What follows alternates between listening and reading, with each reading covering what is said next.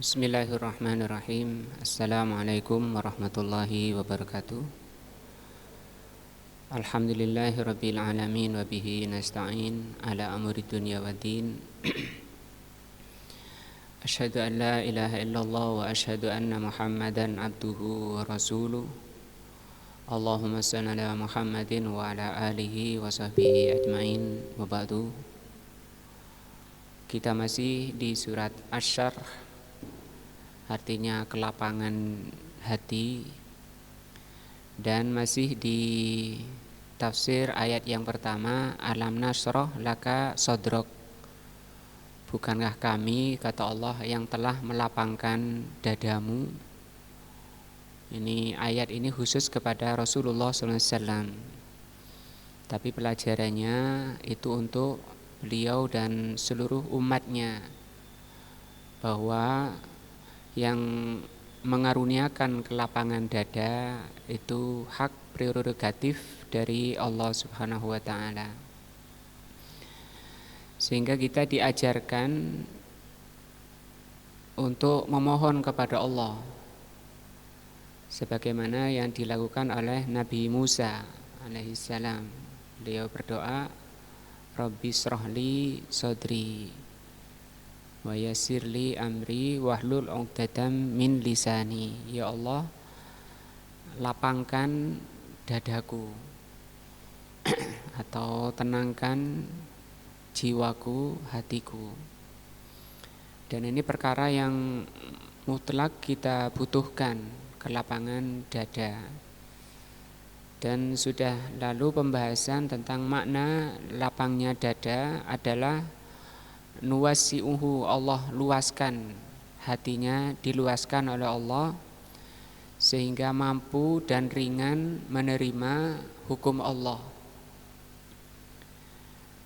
Tidak ada rasa berat sedikit pun, rasa tidak enak sedikit pun tidak ada di dalam jiwa, di dalam hati orang-orang yang dilapangkan dadanya oleh Allah untuk menerima hukum Allah. Yang lalu hukum Allah itu ada dua, yaitu hukum syar'i. Pertemuan yang lalu sudah diterangkan tentang contoh-contoh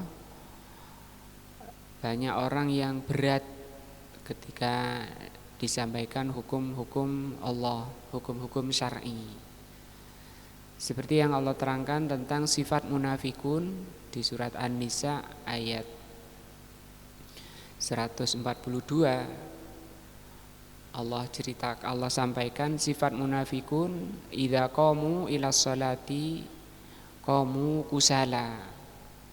Orang munafik itu kalau berdiri untuk sholat itu mereka berdirinya dengan malas.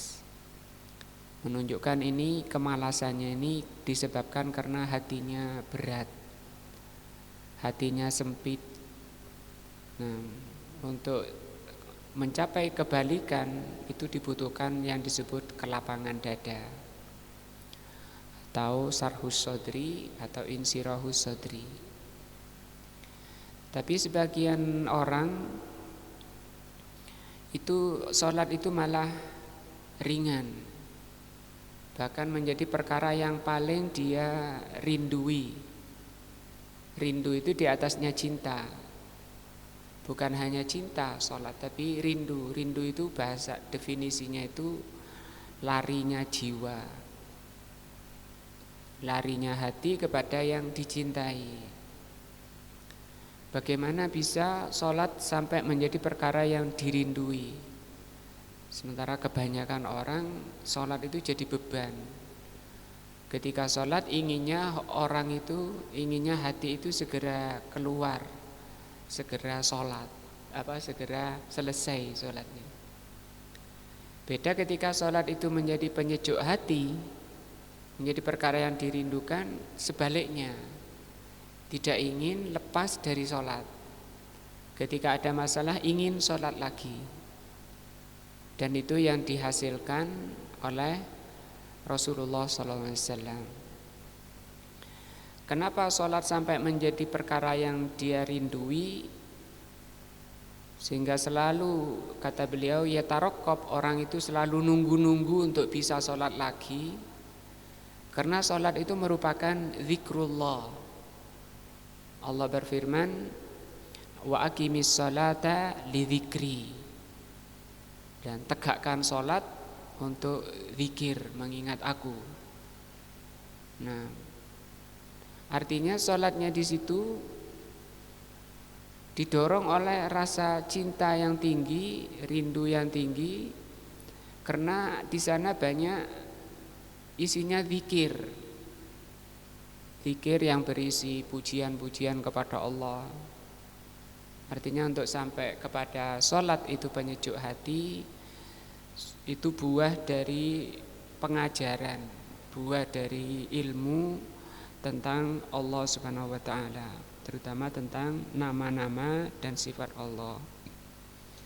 Mempelajari nama-nama dan sifat Allah itu munculnya tadi, hasilnya tadi kecintaan dan kerinduan. Sehingga sudah menjadi peribahasa kita, orang yang cinta itu akan banyak menyebut yang dicintai. Ketika Allah yang paling dicintai, maka Allah yang paling banyak disebut. Nah, namanya bahasa kita zikir. Yang banyak diingat itu yang paling dicintai. Zikir artinya ingat. Dan itu orang-orang beriman yang bisa seperti itu. Allah berfirman, walladzina amanu tatmainnu qulubuhum bidzikrillah. Orang-orang yang beriman hatinya tenang dengan zikrullah. Di sini. Jadi sholat itu menjadi penenangnya, menjadi solusinya, jalan keluarnya. Di luar sholat itu banyak problema-problema. Nah, untuk keluar dari situ refreshingnya itu dengan sholat. Nah, maka untuk sampai ke sana kita harus belajar akidah yang benar, terutama mempelajari tentang nama dan sifat Allah. Nah, terutama dari Al-Quran dan As-Sunnah, karena nanti Al-Quran itu bisa mentazkiyah. Mentazkiyah itu membersihkan noda-noda, titik-titik hitam yang ada di dalam jiwa. Dan kalau hatinya bersih dari noda-noda hitam, akan mengembang bagus, munculnya seperti itu. Sholat menjadi perkara yang sangat dia cintai dan penyejuk hatinya. Dan isinya zikrullah itu tadi, zikir itu ada 3 yang kalau dikatakan mengingat, zikir itu mengingat, maka mengingat di situ ada 3. Yang pertama mengingat tentang keagungan Allah, kebesaran Allah. Yang kedua mengingat di situ mengingat hukum-hukum Allah. Ada perintah, ada larangan. Yang ketiga mengingat karunia dan nikmat Allah yang telah Allah karuniakan kepada kita. Nah, di sini Rasulullah SAW mengatakan ju'ilat, dijadikan qurratu aini, penyejuk hatiku itu fis shalah, dalam salat. Nah,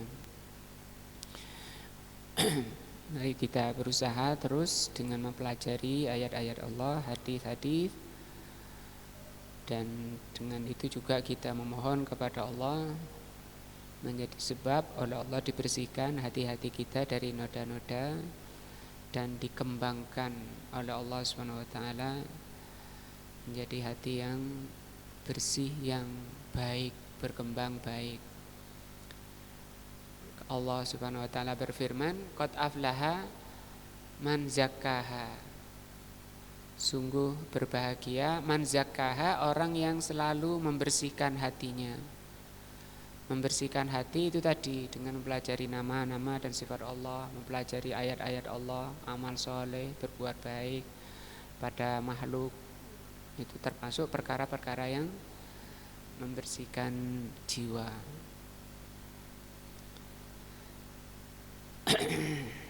Yang lalu sudah dibahas tentang arti lapangnya dada. Arti hati yang lapang, yaitu sanggup hatinya itu karena lapangnya untuk menerima dengan ikhlas, dengan legowo hukum Allah, baik hukum syar'i yang sudah lalu pembahasannya di pertemuan yang lalu. Selanjutnya kata beliau, wa amma insirahus sadri lil hukmil qadari. Yang kedua, hati yang luas itu, hati yang lapang itu mudah menerima hukum Allah yang qadari. Kan hukum Allah itu dua, ada hukum syar'i, ada hukum qadari. Nah, fal insanu, maka manusia, alladzi syarahallahu sadrahu, manusia yang Allah lapangkan dadanya, li hukmil kauni, terhadap hukum kauni. Kauni itu kenyataan, keadaan. Nah,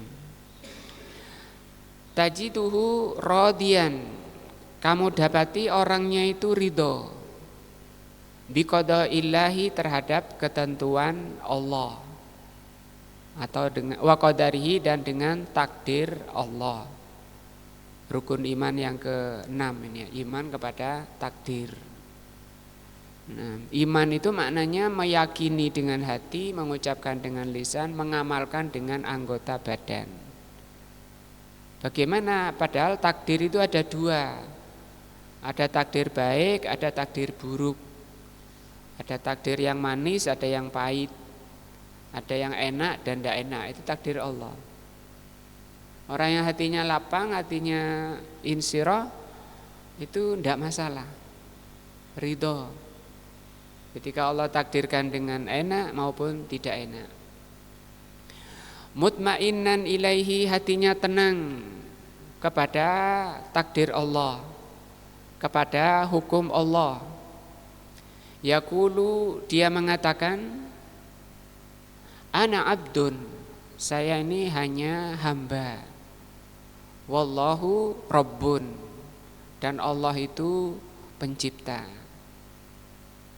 Saya ini ciptaannya, hambanya. Sementara Allah itu Rabb. Yaf'alu ma yasha, yang akan berbuat, namanya Rabb itu sesuai dengan apa yang diinginkan. Hadzal rajulu, inilah orang, alladzi ala hadhil hal, yang demikian keadaannya, sayakunu daiman fi sururin, orangnya akan selalu dalam kondisi surur. Surur itu tenang, gembira, bahagia. Dicontohkan oleh Rasulullah SAW, orang paling gembira, paling bahagia, walaupun di puncak penderitaan, penyiksaan mulai dari awal menyampaikan dakwah, itu sudah beliau rasakan. Ancaman-ancaman, teror-teror. Dan itu secara nyata Rasul pernah diangkat, ini leher bajunya diangkat sama orang musyrik, maunya dibanting. Pernah juga Abu Jahal sudah ngangkat batu mau dihancetkan di kepalanya. Ada masalah, beliau tetap gembira. La yagtammu, tidak ada kegelisahan. Ya, orangnya itu tidak ada kegelisahan. Nah, dan ini nikmat besar, hati tidak gelisah ya. Walayah tamu, tidak ada keresahan, kesusahan, tidak ada di hatinya. Wa huwa yata'allamu, dia merasakan tidak enak, memang tidak enak, namanya dipukuli, dicela, dihina, diteror, tidak enak. Lakinnahu la yasilu ila an yahmila hamman au ghamman, tapi itu tidak mencapai atau tidak sampai kepada resah, gelisah. Nah, dicela habis-habisan, tapi ya sudah, lewat gitu aja. Nah, jamu, obat, setelah itu apa? Badannya sehat. Nah, Bahkan ketika orang lagi sakit misalnya cari apotek sana tutup ya, dokter sana nggak ada, buka tuh dokternya pada nggak ada, WA nggak diangkat, telepon nggak diangkat, bingung, gelisah, resah. Apoteknya begitu dapat padahal obatnya ini pahit, tapi dia senang ketika dapat obat. Nah, ini yang dialami juga. Bukan kita berharap kita ini dicela orang, kita ini disakiti orang, itu tidak ada ajaran seperti itu. Menantang-nantang, ya Allah datangkan ujian, datangkan cobaan, itu tidak disyariatkan seperti itu. Diajarkan doa gimana? Rabbana atina fid dunya hasanah, ya. Ya Allah datangkan kami di dunia ini hasanah, wa fil akhirati hasanah wa qina adzabannar. Berbagai perkara yang tidak enak dia alami di dunia, tapi itu tidak sampai kepada ini kegelisahan, keresahan hati. Walihada ja'a fil hadits sahih, dari itu disebutkan dalam hadis yang sahih, anna nabiyya sallallahu alaihi wasallam qala, bahwa Nabi sallallahu alaihi wasallam bersabda, ajaban. Nah, kata beliau sangat mengagumkan. Nah, li amril mukmin, perkaranya orang mukmin itu sangat mengagumkan.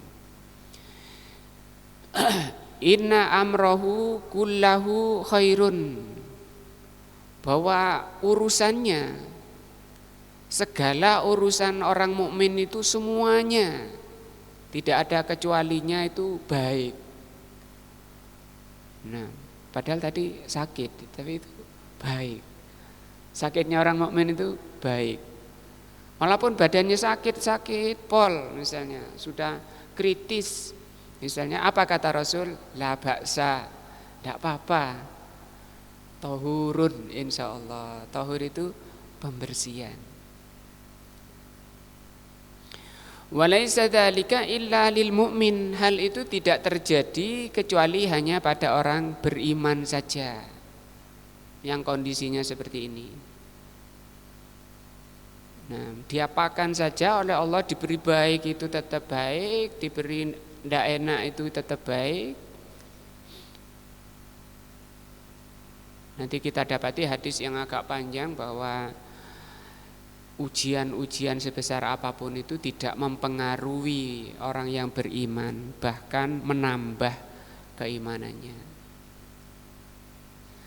In asabathu darra'u, kalau dia ditimpa dorok, perkara yang tidak enak, yang membahayakan, sobaro, dia bersabar. Fakana khairan lahu, yang demikian itu kebaikan baginya. Wa in asabathu sarra, kalau dia ditimpa oleh perkara yang menyenangkan, syakara, dia bersyukur. Fakana khairan lahu, yang demikian itu kebaikan baginya. Idzan, kalau begitu, sarhus sadri, lapangnya dada, yakni tausiathu, luas, dadanya luas. Dan lunak itu lawannya tidak keras. Ada hadis sahih, innalillahi fil ardi auniyatun, sesungguhnya innalillahi fil ardi auniyatan, sesungguhnya di bumi ini ada bejana, ada bejananya Allah, atau Allah mempunyai bejana di dunia ini. Wahya qulubul mu'min, yaitu hati mukmin, hatinya orang mukmin. Wahabul aniyah ilallah, dan paling dicinta, bejana paling dicintai oleh Allah di dunia itu alyanuha, yang paling lunak. Nah, paling lunak. Nah, diluaskan oleh Allah, wa tahayyathu, tahayyat itu dipersiapkan oleh Allah. Dan ini karunia memang, mudah-mudahan Allah mengaruniakan kepada kita, diluaskan hatinya, dipersiapkan hatinya oleh Allah li ahkamillah, untuk menerima hukum-hukum Allah asyariyah wal qadariyah, baik hukum syar'i maupun hukum qadari. La yadiku, tidak sempit, tidak berat. Nah, bi ahkamillah, terhadap hukum Allah, dzar'an wa itlaqan, sedikit pun tidak ada rasa sempitnya. Wa nabiyuna Muhammadun sallallahu alaihi wa alihi wasallam, dan nabi kita Muhammad sallallahu alaihi wasallam, lahu al-hadzul aufar min dzalika. Beliau Rasulullah sallallahu alaihi wasallam orang yang paling mendapati nasib ini, keberuntungan besar ini. Orang yang paling lapang dadanya, paling bersih dari kesempitan dada terhadap hukum Allah. Walihada tajiduhu, dari itu kamu dapati beliau itu atqan nasi lillah, orang yang paling takwa kepada Allah. Orang paling takwa kepada Allah adalah beliau sallallahu alaihi wa alihi wasallam. Wa asadduhum qiyaman, beliau adalah orang yang paling menegakkan bi taatillah, ketaatan kepada Allah. Wa aktsaruhum sabron, orang paling sabar. Orang paling sabar ala aqdarillah, terhadap takdir Allah. Tentu ini yang butuh kesabaran itu takdir yang tidak enak. Takdir yang enggak enak itu menghadapinya supaya mampu hati membawanya itu dengan apa? Sabar. Tapi sabar itu pahit. Kata Imam Syafi'i, as-sabru mithlu ismihi, sabar itu seperti namanya, pahit. Murrun madaqatuhu, pahit rasanya. Walakin hasiluhu ahla minal asal, tapi hasilnya nanti lebih manis dari madu. Nah, orang paling sabar siapa itu? Rasulullah sallallahu alaihi wasallam, teladan kita. Allah berfirman, laqad kana lakum fi rasulillahi uswatun hasanatun. Nah, madza fa'alan nasu bihi hina qama bid-da'wah, apa yang dilakukan manusia pada beliau ketika beliau memulai menegakkan dakwah. Sebelum beliau berdakwah masih sepakat, seluruh manusia yang mengenal beliau sepakat orang itu menjuluki beliau orang terbaik, orang paling dipercaya. Hanya beliau yang mendapat julukan apa? Al-Amin. Kenapa? Karena memang kebaikannya, kejujurannya. Itu karena belum menyampaikan risalah dari Allah. Tapi begitu mendapatkan risalah, mereka gelisah. Orang-orang yang musyrikin, kafir, musyrik, gelisah, resah. Sampai mereka seminar, rapat bagaimana menghadang beliau. Oh, kita katakan gila. Oh, kita katakan ahli syair, kita katakan gila ahli syair. Nah, dan banyak lagi tuduhan-tuduhan jelek untuk menghalangi manusia. Yang paling disepakati dijuluki gila. Walaupun itu kontra dari apa yang disampaikan oleh beliau dengan tuduhannya. Kalau gila itu mestinya omongannya itu enggak teratur. Ya. Omongannya itu enggak teratur. Tapi justru isi penyampaian beliau itu malah tidak bisa orang bisa membantahnya, tidak ada yang bisa membantahnya, kontra. Tapi orang-orang sepakat, sehingga ketika di musim haji sudah letakkan manusia untuk menghadang manusia di pos-pos. Dari ujung sana, seluruh ujung kota Mekah, Ka'bah sudah diletakkan pos-pos yang biasa dilalui manusia agar sebelum masuk ke dalam Mekah sudah dibisiki, sudah disampaikan di situ, hati-hati ada orang gila namanya Muhammad. Hati-hati di situ ada orang gila namanya Muhammad, supaya tidak percaya. Sampai ada orang kampung jauh tapi tokoh. Nah, tokoh kabilah. Orangnya ini ahli dari ruqyah, ahli ruqyah. Oh gitu. Wah, kebetulan saya ini ahli ruqyah. Mau tak ruqyah kata. Nah, mau tak sembuhkan. Mana orangnya? Datang. Ya Muhammad, saya ini tukang ruqyah. Sudah banyak orang-orang yang disembuhkan oleh Allah karena saya ruqyah.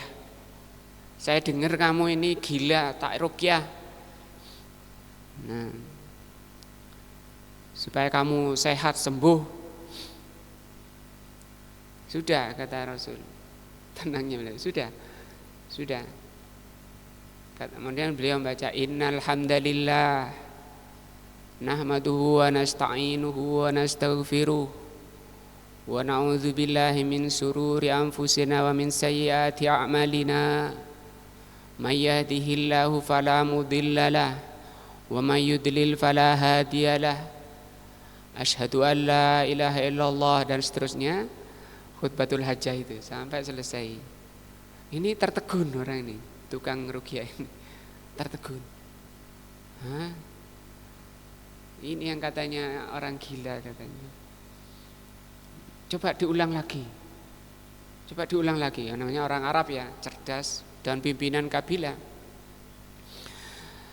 Coba diulang lagi Muhammad, apa yang kamu sampaikan tadi, apa yang kamu ucapkan, diulang lagi. Nah, setelah diulang lagi, orang ini mengucapkan asyhadu an la ilaha illallah wa asyhadu anna Muhammadan Rasulullah. Aku bersaksi, masuk Islam orang ini, tokoh. Tapi sebelum syahadat, sebentar. Ini untukmu saja apa untuk kaummu juga? Untukku dan kaumku. Nah, dia masuk Islam dan disampaikan pada kaumnya. Nah, wa madza fa'alan nasu bihi hina qama bid-da'wah. Apa yang dilakukan manusia pada Rasulullah ketika beliau memulai dakwah? Wa madza yusibuhu minal amrad. Demikian juga apa yang beliau alami dari sakit. Nah, ketika beliau sakit, bahasa kita meriang, greges, panas, demam. Hatta innahu yu'aku, sampai beliau itu badannya panas. Kama yu'akur rajulani, panasnya beliau 2 kali lipat orang yang panas. Manusia selain beliau 2 orang itu jadi 1 pada Rasul. Yakni minal marodi, ketika beliau sakit, yastaddu alaih, sakitnya itu sangat, yakni karajulaini minna, seperti 2 orang dari selain beliau. Fa'an Abdullah ibn Mas'udin radhiyallahu anhu, dari sahabat Abdullah radhiyallahu anhu qala, beliau mengatakan, dakhaltu ala Rasulillah sallallahu alaihi wasallam, aku pernah masuk pada Rasulullah sallallahu alaihi wasallam. Wa huwa yu'aku, beliau kondisinya panas, demam. Fakultu, maka aku katakan, ya Rasulullah, wahai Rasulullah, innaka tu'aku wa'kan syadidan. Ya Rasulullah, sesungguhnya engkau ini panas dengan panas yang sangat. Saya dikisahkan lain, tidak ada yang bisa nyentuhkan tangannya itu karena panas.